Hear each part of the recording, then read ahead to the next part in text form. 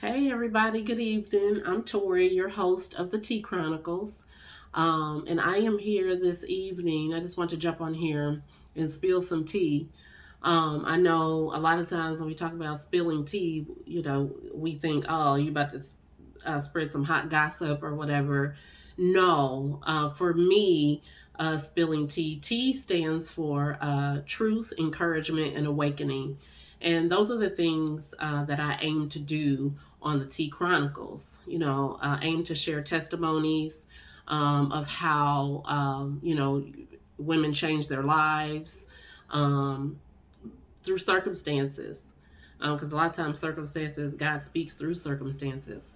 But I'm so excited to get to know everybody in my community.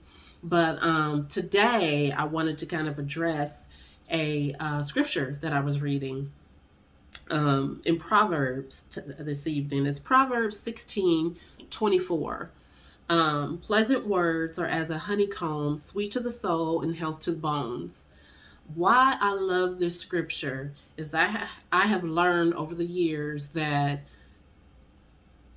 speaking kind words and filling my words with honey definitely helps in relationships. It helps to smooth over, and it's not a fake,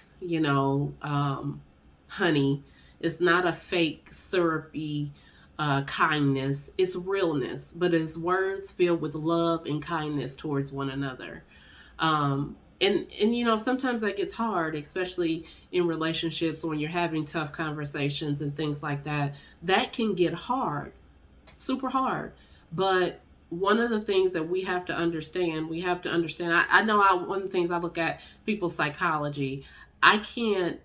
We can't all attack each other and think that anything's going to get solved.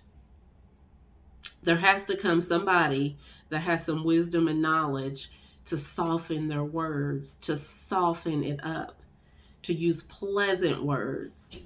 And it's really surprising to me because nowadays, even on social media, in arguments and things like that, it's about winning. And when we win, a lot of times, or when we're trying to win, we're trying to hurt people because we want them to shut up. But in order to really solve an issue or get to the bottom of an issue, get somebody to open up to you, use pleasant words. I don't know why that's so hard for a lot of people, just to be pleasant, to be loving, to be kind. It don't cost you nothing. That's some tea that I'm spilling this evening. Let's learn to soften our words, soften our hearts with love when we're approaching. And when I mean relationships, I'm talking romantic relationships, I'm talking friendships, I'm talking relationships with your family and your friends. Those are important. And our words are important. Even in Proverbs, I think it was 18 and 21, it says, life and death are in the power of the tongue, and they that love it shall eat the fruit thereof. That means positive and negative, life and death are in our tongues. What we speak. I've seen people speak so negatively into their own lives that very thing that they have feared has come to pass because they have continued to speak it and continue to believe it and continue to live it. As this week goes, think, journal. I journal a lot. So some of the things I do when I journal is I do sit and think about the words, the things that I have put out there. What have I spoken life into? What have I spoken death unto?